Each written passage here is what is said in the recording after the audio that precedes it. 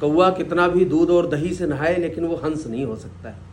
मैं बात करता हूँ आज स्वयंभू मठाधीश, स्वयंभू बाबा और स्वयंभू लोग, स्वयंभू मनुष्य।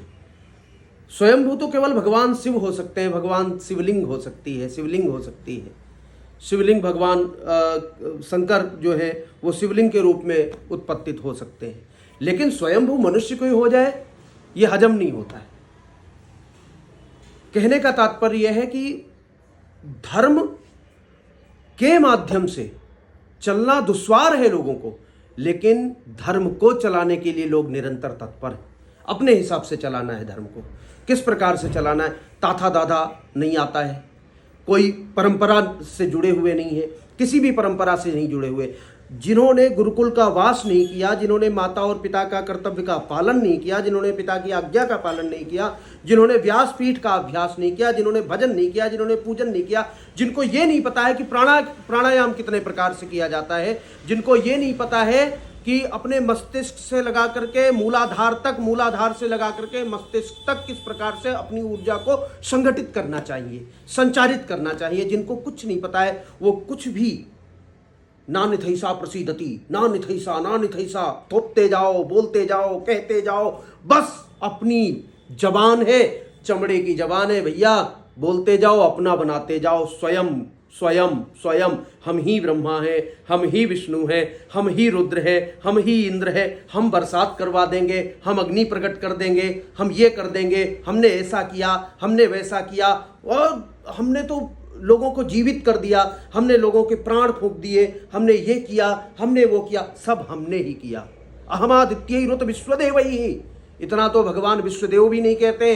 जो प्रकृति के पालन कर्ता में बड़ा सहयोग करते हैं वो भी कभी नहीं कहते कि हमने किया, हमने किया, हमने किया। ये स्वयंभू बाबाओं का किस प्रकार से जमावड़ा हर 2 साल 3 साल 4 साल, हर 2 साल 3 साल 4 साल में कोई ना कोई उत्पन्न हो जाता है। कोई अपने आप को ब्रह्मा कहता है, कोई अपने आप को शिव कहता है, कोई अपने आप को नारायण कहता है। साधारण है क्या?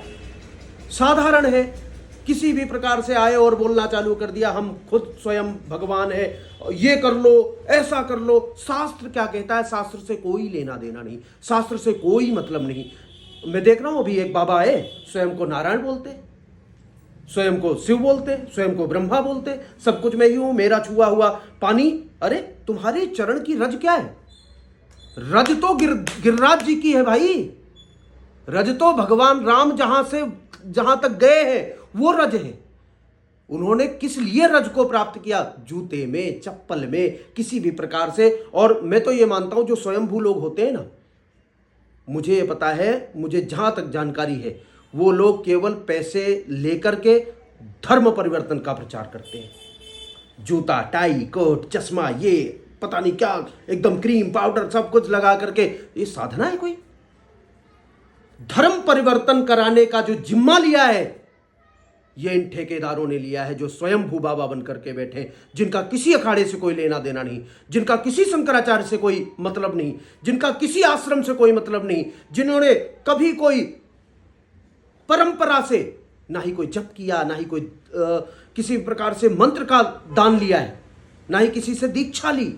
स्वयं मंत्र उत्पन्न किए, भैया ये मंत्र है मेरा और ये जपो, तुम्हारा सदा सर्वदा कल्याण होगा। और देखो, मैं पब्लिक को दोष नहीं देता हूं, मैं दोष देता हूं उन आयोजकों को, जो आयोजक हैं।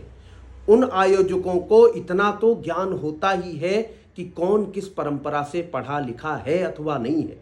अगर जो परंपरा से पढ़ा लिखा है, बचपन से जिसने आध्यात्म का प्रयोजन जाना है, आध्यात्म की छटा को पहचाना है और आध्यात्म की ताकत को संजोया है, भैया वही तो जाकर के विश्व के कल्याण में अपना सहयोग प्रदान कर सकता है। लेकिन मात्र सहयोग प्रदान कर सकता है, यह कहो कि पूर्ण बदल देगा, ऐसा कदाचित संभविष्यति, कभी नहीं हो सकता, ना हुआ है ना ही होगा। भगवान भी अगर जो प्रकट हो जाते हैं तो वो रास्ता बताते हैं कि हे वत्स, हे भक्त, हे दास, मेरे पुत्र, तुम इस मार्ग पर चलो, तुम्हारा सदा सर्वदा कल्याण होगा, मैं तुम्हारा ध्यान रखूंगा, क्योंकि तुम सत्य के पथ पर चलोगे। लेकिन कोई कुछ भी करके आ रहा है, चोरी करके आ रहा है, डकैती करके आ रहा है, झूठ बोल करके आ रहा है, फरेब करके आ रहा है, अरे तुम इस नल से पानी पी लो, मेरी जूते की चरण रज ले लो, तुम्हारा सदा सर्वदा कल्याण हो जाएगा। ऐसे कहीं कल्याण होता है? किसी भी व्यक्ति ने किसी के दिल को दुखाया, किसी को बहुत ज्यादा प्रताड़ित किया है, पड़ोसी नाराज है, संबंधी नाराज है, सब लोग दुखी हैं, वो तुम्हारे पास आ जाए, तुम स्वयं भू बन करके भीटा अस्तु श्री, तुम्हारा कल्याण हो, कैसे होगा? तुम्हारा खुद का कल्याण नहीं हो सकता है स्वयं। इसीलिए जो स्वयंभू बनते हैं उनकी कितनी बहुत ज़्यादा समयावधि होती है, तो 10 साल, 5 साल, 6 साल, 8 साल, बहुत ज़्यादा हो जाएगी 15 साल। 15 साल से ज़्यादा टिकते नहीं है। और कारण जो अनभिज्ञ लोग हैं, जो साधारण रूप से हम लोगों को, आचार्यों को, विद्वानों को, संतों को, जो वास्तविकता में संत हैं, महात्मा हैं, उनको देख करके कहते हैं कि ये बाबा देखो ढोंगी होंगे। नहीं, कदाचित संभवित, कभी नहीं, ऐसा कभी नहीं सोचना।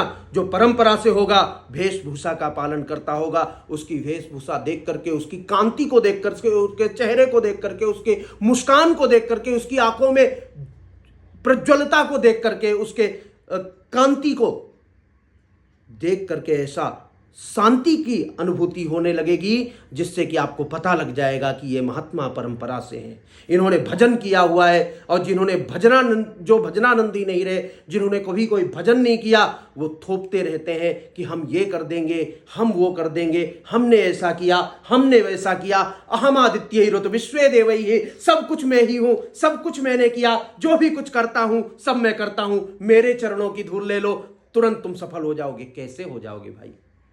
लोग कैलाश पर्वत पर जाते हैं, परिक्रमाएं लगाते हैं, वहां की थोड़ी धूल माथे पर लगती है, तब जाकर के मन शांत होता है व्यक्ति का, तब जाकर के मन शांत होता है। वैष्णो देवी जाते हैं, केदारनाथ जाते हैं, अमरनाथ जाते हैं, अन्य बहुत बहुत दूर दूर तक जाते हैं, तब जाकर के थोड़ी सी हवा चलती है, थोड़ी सी धूल आकर के जब माथे में टकराती है, तब जाकर के मन शांत होता है, चित्त शांत होता है। और तुम्हारे जूतों में इतना पावर है कि उसकी रज लेकर के लोग का कल्याण हो जाएगा।